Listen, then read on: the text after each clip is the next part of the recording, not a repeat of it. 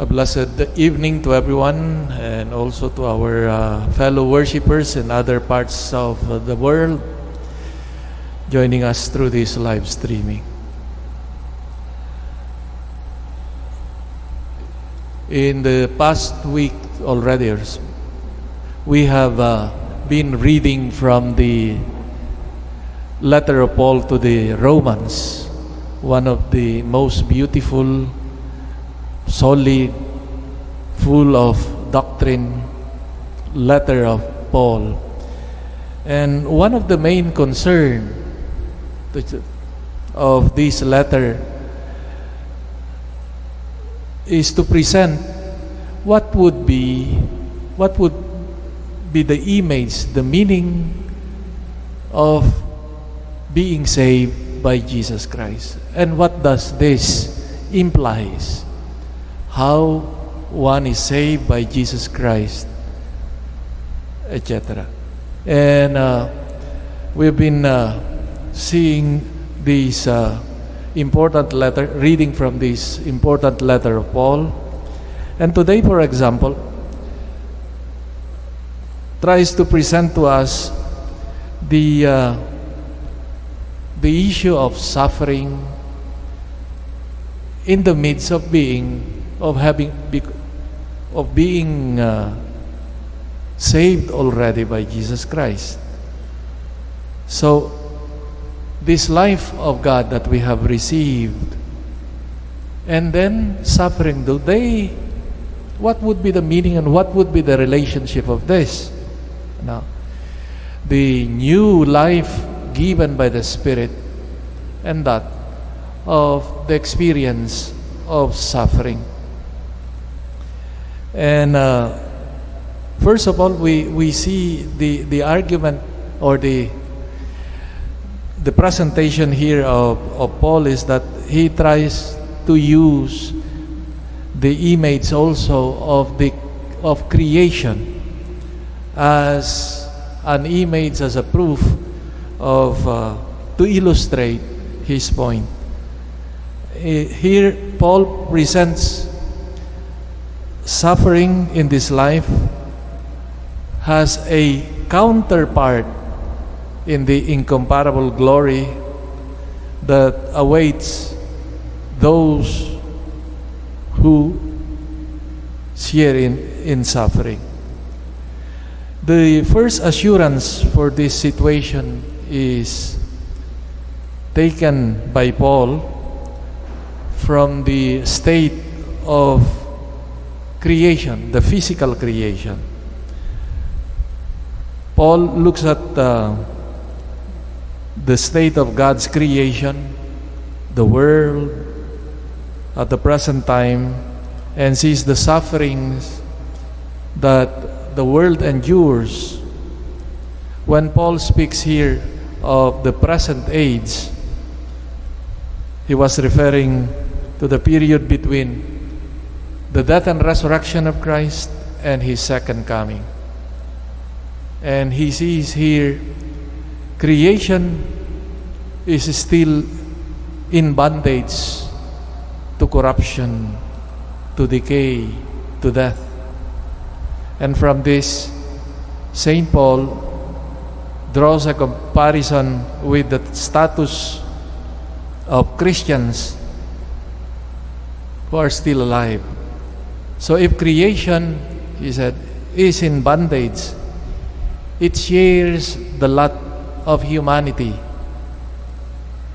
but it has been subjected to such state of misery, but with hope for liberation, hope for liberation from decay, from death, from corruption.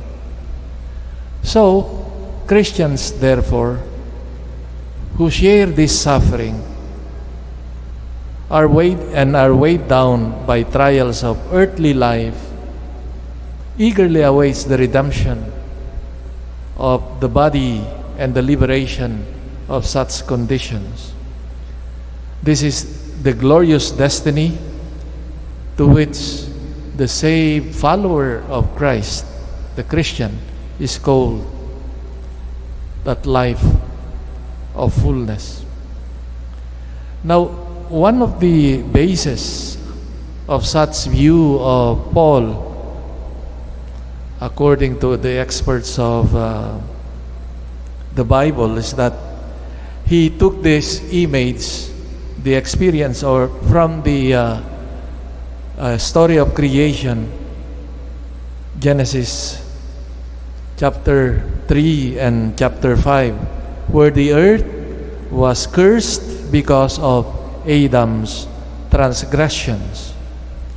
So the world created for humankind, the blessings given to him, fertility of the soil, fruitfulness of the trees, the brilliance of the stars, the friendliness of animals, etc., were all lost because of Adam's sin. So, through Adam, according to Paul, came not only sin and death, but also the bondage and decay and slavery and corruption, which affect not only humankind, but also of the material creation. So, with the coming of Christ, therefore, the redemption, it is not limited anymore to human beings either, but the entire material world, material creation included in this redemption. The world creation is still groaning in suffering and desiring so much of that redemption. For the redemption by Christ is expected to affect not only the human beings, but all the material and physical creation. So creation itself too will eventually be freed from the bondage of decay. Not just the moral corruption, but also the reign of dissolution, of death, found in the material creation. So physical creation is thus not to be a mere spectator of humanity's liberation and the triumphant glory, but creation will also share in this, being released from its bondage, from such condition of powerlessness, lack of beauty, lack of vitality, perishability, is seen by Paul as part of this redemption and glorification of the children of God. What can we learn from this important reading today? Our world is so much concerned now of the ecological disaster that we are experiencing. And we notice and we realize that our destiny as human beings, as humankind, and that of the material world, material creation, are intimately intertwined. Like during creation, the created world was cursed because of human sin. And we also see that same dynamics even today because of human sinfulness, greed, that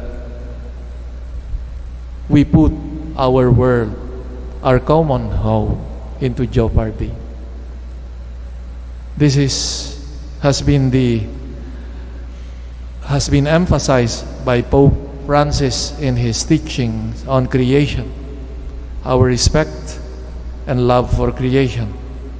Thus he calls, among other things, not just care for creation, but he said, starts with conversion, because genuine conversion truly leads us to care not only for ourselves, but also for God's creation. When we are alienated because of sin, that we destroy ourselves, in the end, we end up destroying others, and also not others, but also of God's creation. Thus, we are called to this process of conversion.